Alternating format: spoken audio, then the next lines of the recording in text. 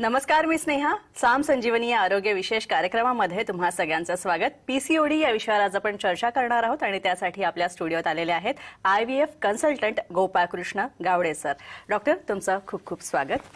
Thank you. सरांशी चर्चा करणार आहोत, मात्र त्याआधी डॉक्टरांविषयी थोडंसं जाणून घेऊया. डॉक्टर गोपाळकृष्ण गावडे हे पुण्याच्या सिंहगड रोडवरील प्रसिद्ध सिटी फर्टिलिटी सेंटर या टेस्ट ट्यूब बेबी सेंटरचे डायरेक्टर आणि IVF कन्सल्टंट म्हणून कार्यरत आहेत. तसंच सिंहगड रोडवरच्या गुरुदत्त डायग्नोस्टिक सेंटर व अॅन्युअल हेल्थ चेकअप्स क्लिनिकचे ते डायरेक्टर म्हणून सुद्धा कार्यभार सांभाळतात. डॉक्टर गावडे हे पुण्यातील अनेक मोठ्या रुग्णालयांमध्ये स्त्रीरोगतज्ञ तसंच प्रसूती तज्ञ म्हणून सेवा देखील पुरवतात. सामाजिक बांधिलकी जपत ते सरदार वल्लभभाई पटेल कंटेनमेंट हॉस्पिटलमध्ये मानद सेवा देखील पुरवतात. आजवर त्यांनी 5,000पेक्षा जास्त शस्त्रक्रिया देखील केलेल्या आहेत. तसंच वंध्यत्वाच्या दुष्टचक्रात अडकलेल्या अनेक सुशिक्षित जोडप्यांसाठी ते एक आशेचा किरण ठरतात. दरवर्षी स्वातंत्र्यदिनी एका सैनिकाला आवश्यक असणारे बॅटल गिअर म्हणजेच assault rifle, bullet proof jacket, bullet proof helmet, night vision goggles आणि इतर सामुग्री यासाठी लागणारी 2 लाखांची रक्कम ते सैन्य दलाला भेट म्हणून देत असतात. आणि हेच अभियान इतरांनी सुद्धा चालवावं यासाठी ते जनजागृती सुद्धा करतात. सुप्रसिद्ध स्मार्टर शेलफिश पुस्तकाचे ते लेखक सुद्धा आहेत. वैद्यकीय प्रॅक्टिसमध्ये आलेले हृदयस्पर्शी अनुभव त्यांनी या पुस्तकात दिलेले आहेत. तसंच अनुभूती या पुस्तकाच्या माध्यमातून व्यक्त केलेली आहे. चला तर मग आता चर्चेला सुरुवात करूया. डॉक्टर, पीसीओडी या विषयावर आज आपण चर्चा करतोय, तर मुळात ही पीसीओडी म्हणजे काय आणि पीसीओडीची बाधा आपल्याला झाली आहे ते एखाद्याने कसं ओळखायला पाहिजे?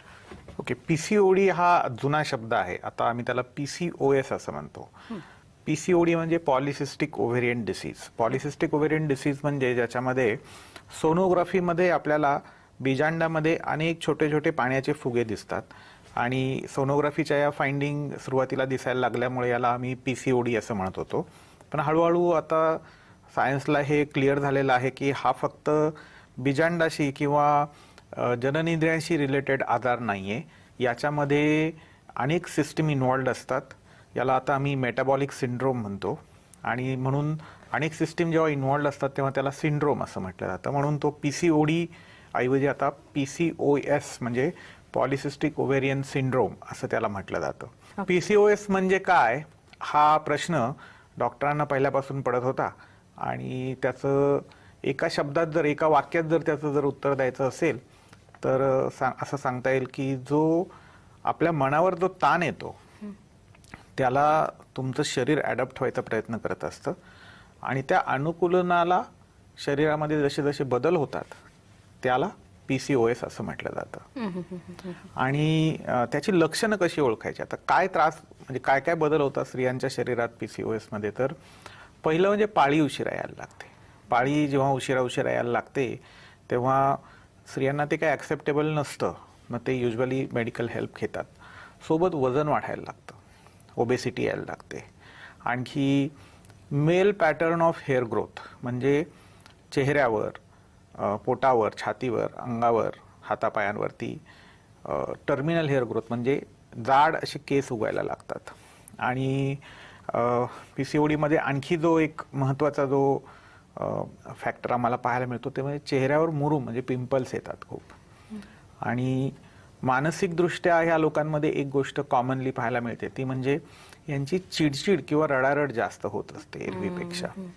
तर साधारणतः अशी लक्षणं असतील तर आपला प्रवास PCOS कडे चालू आहे असं आपण समजू शकतो. नक्की. पण पीसीओडी नक्की, आता तुम्ही थोड्याफार लक्षणांचा उल्लेख केला, तर पीसीओडी नेमका होतो का? म्हणजे काय आणखी विस्तृत लक्षणं आपल्याला सांगता येतील?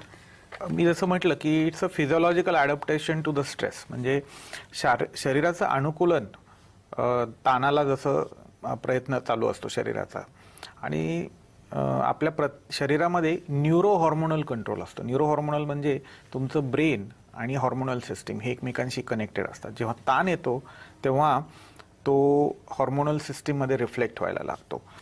आता ताण आल्यावरती आपल्यासमोर 2 पर्याय असतात. एकतर तो ताण फाईट आउट करायचा असतो किंवा तुमच्या अपेक्षा सोडून तुम्ही पळून जायचं असतं. त्याला आम्ही फाईट किंवा फ्लाईट रिॲक्शन म्हणतो. But most of the ambitious people choose to fight. आता फाईट करायचं म्हटल्यावर तुम्हाला जास्त ऊर्जा लागणार, जास्त काम करायला लागणार. तो ताण फाईट आउट करायचा असेल तर तुम्हाला जी जास्त ऊर्जा लागते ती कशी मिळेल तुम्हाला? तर तुम्हाला दोन प्रकारे ती ऊर्जा मिळते. एक, तुम्ही जास्त अन्न खायला लागता, भूक जास्त लागायला लागते. गावाकडे आमच्याकडे एक म्हणे, दुखाला भूक फार असते. म्हणजे ताण आलं की आपोआप स्ट्रेस बस्टर म्हणून तुम्ही जास्त खायला लागता. कॅन्डी शॉट्स वगैरे खातात लोक बऱ्याच वेळेला त्याच्यात. आणि दुसरा जो महत्वाचा जो भाग आहे तो ती ऊर्जा मिळवण्यासाठी आपल्या शरीरात स्टोर्ड ग्लुकोज पण असते. लिव्हर हे आपलं स्टोअर हाऊस असतं, त्यात स्टोर्ड ग्लुकोज असते. आणि ताण आला की स्ट्रेस हॉर्मोन्स रिलीज होतात. अनेक प्रकारचे स्ट्रेस हॉर्मोन्स आहेत. ते स्ट्रेस हॉर्मोन्स हे लिव्हरवरती काम करून ही स्टोर्ड ग्लुकोज रक्तामध्ये आणतात.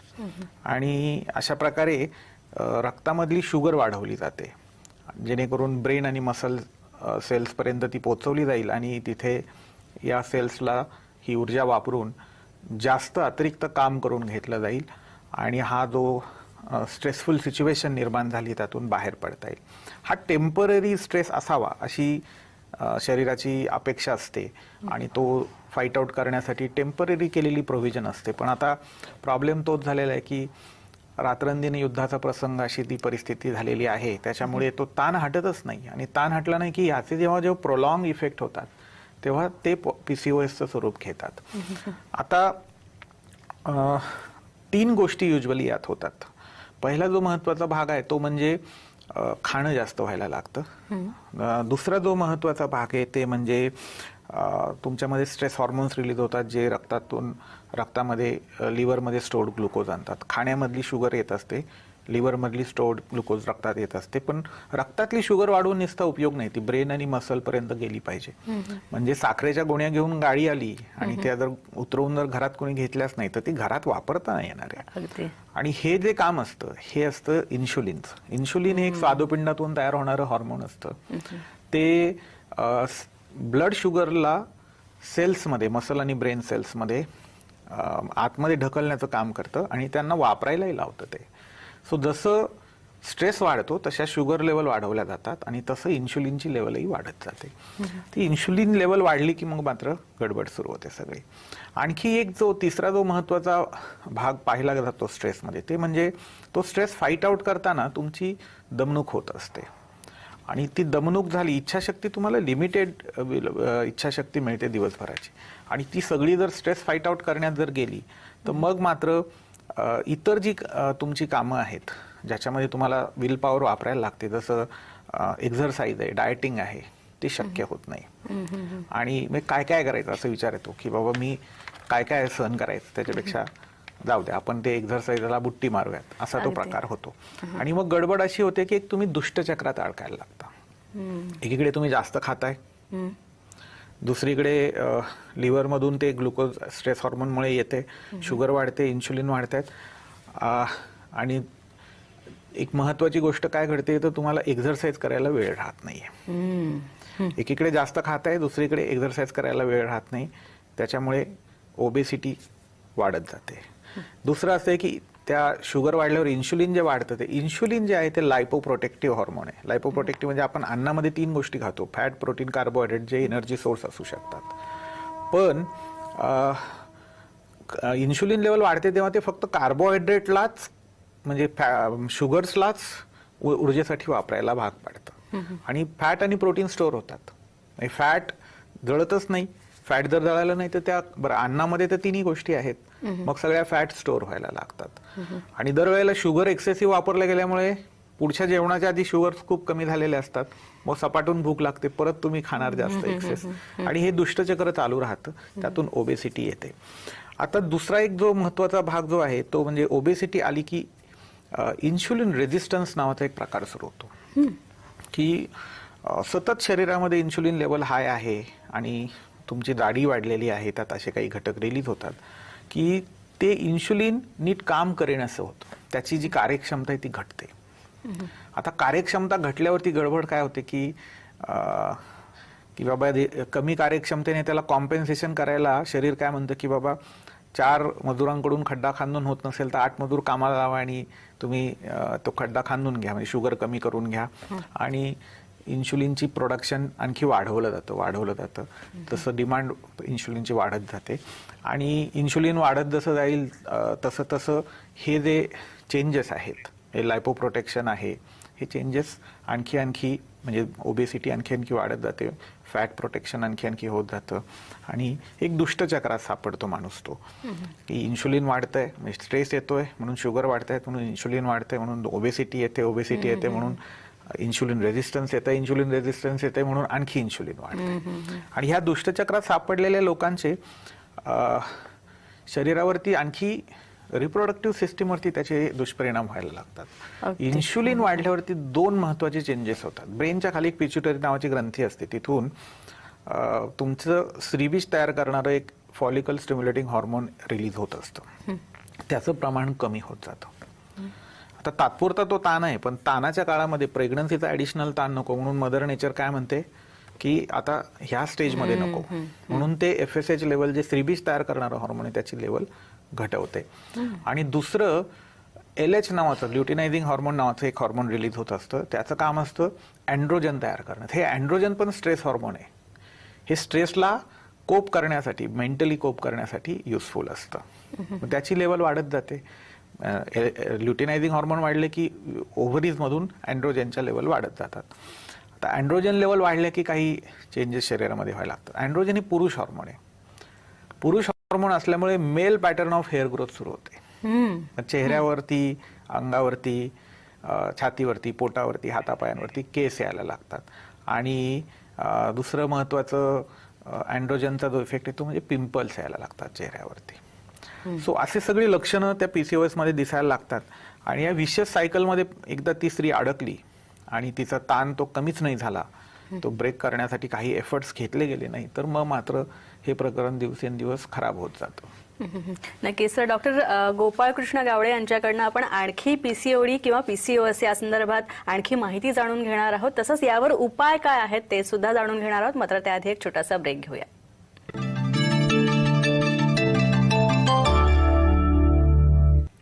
ब्रेक नंतर साम संजीवनीमध्ये आपलं स्वागत. डॉक्टर, खरं तर PCOS किंवा PCOD याच्यामुळे वंध्यत्वावर काही परिणाम, म्हणजे वंध्यत्व येतं का आणि त्याचे आणखी दीर्घकालीन दुष्परिणाम काय असू शकतात? ओके, आता गर्भ राहण्यासाठी जसं एखादं झाड उगवून येण्यासाठी आपल्याला दोन गोष्टी लागतात, की ते जे बीज आपण पेरणार आहे ते चांगल्या क्वालिटीचं बीज पाहिजे आणि जी जमीन आहे त्याची क्वालिटी ही चांगली हवी. PCOD मध्ये दोन्ही हॅम्पर होतात. एकतर बीजच तयार होत नाही, झालं बीज तयार तर त्याची क्वालिटी चांगली नसते, म्हणजे ते गर्भदय तयार होणार आहे त्याची क्वालिटी चांगली नसते. आणि दुसरीकडे जे अँड्रोजन, मगाशी मी म्हटलं LH वाढल्यामुळे अँड्रोजन वाढतात, पुरुष हॉर्मोन वाढतात. पुरुष हॉर्मोन काय करतात, गर्भाशयाच्या अस्तरावरती जाऊन काम करतात. ही गर्भाशयाचा अस्तर आपली जमीन असते ज्याच्यामध्ये हे गर्भ मूळ धरून वाढणार असतो, तर ते गर्भाशयाच्या अस्तराला बंजर करून टाकतात, थिन आउट करून टाकतात. अगेन तेच प्रिन्सिपल तोच आहे की बाबा ह्या ताणाच्या मध्यामध्ये आपल्याला प्रेग्नन्सीचा ताण ऍडिशनल नकोय म्हणून निसर्ग प्रयत्न करत असतो. पण एकीकडे बीज तयार होत नाही, दुसरीकडे जमीन तयार होत नाही, त्यामुळे गर्भ राहण्याची शक्यता ही अगदीच कमी असते. त्याच्यामुळे प्रेग्नन्सी राहत नाही म्हणून हे अनेक लोक प्रेझेंट होतात आमच्याकडे. त्यामुळे बऱ्याच वेळेला पाळी उशिरा येते असं जर हिस्ट्री असेल तर लोक प्रेग्नन्सी राहण्याची शक्यता कमी आहे म्हणून लग्न वर्ष व्हायच्या आधीच ते आम्हाला दाखवायला येतात की बाबा ह्याला पहिलं नीट करा. त्यांचा ऍक्च्युली इच्छा असते प्रेग्नन्सीसाठीची, पण ते म्हणतात नाही पाळी नियमित करा मग प्रेग्नन्सी आपोआप राहील. पण प्रेग्नन्सीची इच्छा असते, पण हे पाळी नियमित येत नाही म्हणून प्रेग्नन्सी राहत नाही असं नाहीये. हे PCOS मध्ये स्त्रीबीज तयार होत नाही म्हणून पाळी उशिरा येते. पाळी उशिरा काय येते की स्त्रीबीज तयार व्हायची जी प्रोसेस आहे, FSH लेवल कमी झाली की स्त्रीबीज तयार 15 दिवसात स्त्रीबीज तयार होऊन फुटणं अपेक्षित असतं, तर ते होतच नाही. ती प्रोसेस 1.5-2 महिने चालायला लागते, कारण FSH लेवल कमी झालेले असतात, फॉलिकल स्टिम्युलेटिंग हॉर्मोन लेवल कमी झालेले असतात, त्याच्यामुळे पाळी उशिरा येते. एकीकडे फॉलिकल स्टिम्युलेटिंग हॉर्मोन कमी झाल्यामुळे स्त्रीबीज तयार व्हायची प्रोसेस बंद होते, त्याच्यामुळे पाळी उशिरा येते आणि ते स्त्रीबीज तयारच होत नाही बऱ्याच वेळेला, त्याच्यामुळे गर्भही राहत नाही. तर हे स्त्रीबीज तयार न होण्याची दोन लक्षणं आहेत. त्यामुळे पाळी रेग्युलराईज केली म्हणून गर्भ राहील हा गैरसमज आहे, तसं नाही होत आहे. आणि दुसरं म्हणजे आता लॉंग टर्म त्याचे काय साईड इफेक्ट्स आहेत, तर आता मी तुम्हाला मागाशी सांगितलं की PCOS हा एक मेटाबॉलिक सिंड्रोमचा तरुणपणातला एक प्रेझेंटेशन आहे. पण हे काही फक्त स्ट्रेस हा काही फक्त तरुणपणात नाही, आता स्ट्रेस पूर्ण आयुष्यभर राहतं सगळ्यांना पॉप्युलेशन एक्सप्लोजनमुळे. तर मग काय काय होतं याच्यामध्ये की मी तुम्हाला सांगितलं इन्शुलिनची डिमांड वाढत जाते हे स्ट्रेस फाईट आउट करण्यासाठी. शुगर लेवल वाढत असतात, त्याला कमी करण्यासाठी इन्शुलिन लेवल वाढत जाते. पण आपल्या या इन्शुलिनच्या प्रोडक्शन फॅक्टरीला लिमिट्स आहेत, अप्पर लिमिट्स आहेत प्रोडक्शनचे. आणि मग गडबड काय होते की एकदा ते लिमिट ओव्हरकम झाले की शुगर रक्तात साठायला लागतात. एकदा त्या शुगरनी पर्टिक्युलर लेवल्स क्रॉस केल्या की त्याला आपण मधुमेह झाला, डायबिटीज झाला असं म्हणतो. मधुमेह, ओबेसिटी तर असतेच आधी, ओबेसिटी आहे, आता मधुमेह झाला. मधुमेहाचा मित्रही लगेच हातात हात घालून येतो, तो म्हणजे हायपरटेन्शन म्हणजे रक्तदाब. तो पण स्ट्रेस इंड्युस्डच आहे. आता डायबिटीस आला, रक्तदाब आला, ओबेसिटी आली, आणखी त्यांचा तिसरा एक मित्र आहे तो म्हणजे हाय कोलेस्ट्रॉल. तर हे तिन्ही एकत्र आले की धमनी काठिण्य सुरू होतं. धमनी काठिण्य म्हणजे अथेरोस्क्लेरोसिस, म्हणजे तुमच्या व्हायटल ब्लड व्हेसल्समध्ये कोलेस्ट्रॉलचे प्लग्स जमा व्हायला लागतात. आणि ते मग पुढे जाऊन काही दिवस असं राहिलं की ते प्लग्स फुटतात. आणि प्लग्स फुटले की ती रक्तवाहिनीमध्ये रक्ताची गाठ तयार होऊन ती रक्तवाहिनी ब्लॉक होते. जर अशी हृदयाची रक्तवाहिनी मुख्य ब्लॉक झाली तर हार्ट अटॅक येतो. मेंदूची रक्तवाहिनी ब्लॉक झाली तर पॅरालिसिस होतं. अचानक होते त्याने, म्हणून त्याला अटॅक असं म्हटलं जातं. सेरिब्रोव्हॅस्क्युलर अटॅक किंवा हार्ट अटॅक असं म्हटलं जातं. आणि हेच जर प्रोसेस हळूहळू ह्या रक्तवाहिन्यांमधले हे ब्लॉकेजेस वाढत गेले की पुढच्या अवयवाचा रक्तपुरवठा कमी होऊन अवयव निकामी होण्याचा कार्यक्रमही चालू असतो.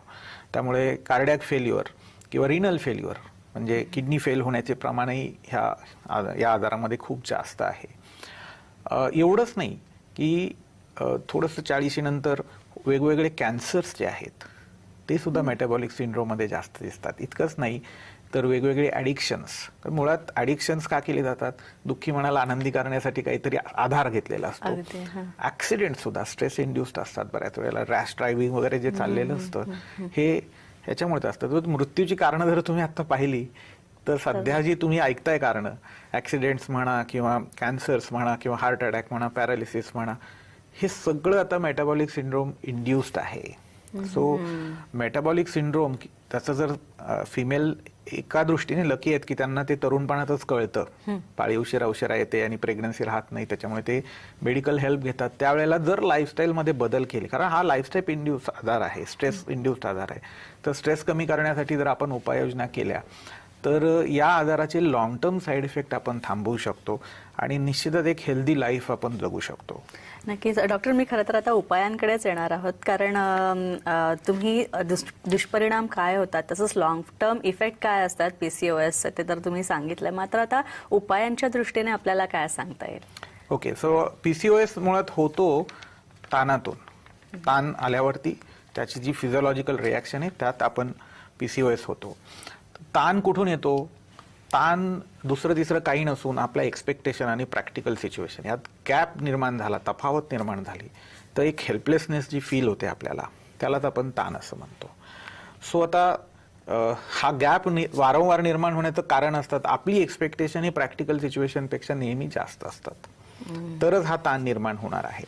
आता एक्सपेक्टेशन्स कुठून जन्माला येतात हे पाहायला पाहिजे. मग आपण आता मुळाशी जाऊयात, त्याच्या ताणाच्या मुळाशी जाऊयात. ते ताणाचं कारण एक्सपेक्टेशन आहे आणि एक्सपेक्टेशनचं कारण जे आहे ते आहे आनंदाची इच्छा.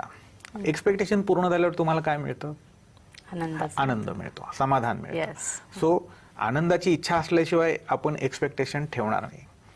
एक्सपेक्टेशन युजली 6 प्रकारचे असतात: सत्ता, संपत्ती, संतती, प्रतिष्ठा, आरोग्य आणि रिलेशनशिप. या 6 प्रकारच्या एक्सपेक्टेशन युजली ठेवतात. यालाच आपण सक्सेस म्हणतो. आणि ही सक्सेसची डिझायर ठेवायची, धडपड करून ती मिळवायची आणि आनंदी व्हायचं, असं युजली सतत हा कार्यक्रम चालू असतो. आणि मग आनंदाची इच्छा कुठून निर्माण होते? दुःखी मनातून आनंदाची इच्छा निर्माण होते. मन जर आनंदाने तृप्त असेल तर हा ताणाचा मार्ग कोण निवडेल? कारण एक्सपेक्टेशनचा मार्ग हा ताणाचा मार्ग आहे. मग मन का दुःखी होतं? त्याच्या रूट्सचे जायला पाहिजे. तर मन दुःखी होण्याचं कारण, मुख्य जे कारण आहे ते म्हणजे निगेटिव्ह थिंकिंग. निगेटिव्ह थिंकिंग कसं मी सांगतो की प्रत्येकाच्या वाट्याला आलेले व्यक्ती, वस्तू, ठिकाण, प्रसंग, संस्था यात परफेक्ट काही नाहीये. चांगल्या गोष्टी पण आहेत, वाईट गोष्टी पण आहेत. नवरा बायकोचं उदाहरण आपण मागच्या याच्यात डिस्कस केलं होतं की जर समजा नवऱ्यातल्या सगळ्या चांगल्या क्वालिटीज पाहिल्या तर बाईला तो नवरा देवासारखा वाटायला लागतो. ती बाई आनंदी समाधानी होते. तिचे एक्सपेक्टेशन आपोआप कमी होतात. आणि तो जर नवरा जर निगेटिव्ह गोष्टी पाहिल्या तर तो नवरा राक्षसासारखा वाटायला लागतो, दुःखी असमाधानी होतो. तो निगेटिव्ह थिंकिंग कुठून होतं तर त्याच्याच मुळाशी जायला पाहिजे.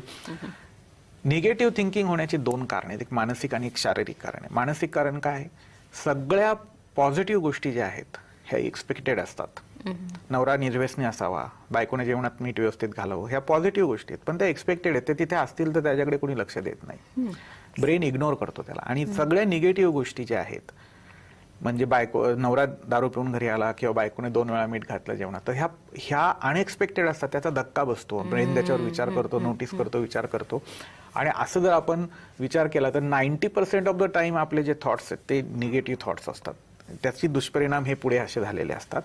तर आता त्याला काउंटर करायचं असेल तर पहिला ऍक्टिव्ह एक्झरसाइज काय आहे की माझ्या वाट्याला आलेले सगळे व्यक्ती, वस्तू, ठिकाण, प्रसंग, संस्था यातल्या पॉझिटिव्ह गोष्टी शोधून काढायच्या, त्यांना ॲप्रिशिएट करायच्या, वारंवार ॲप्रिशिएट करायच्या.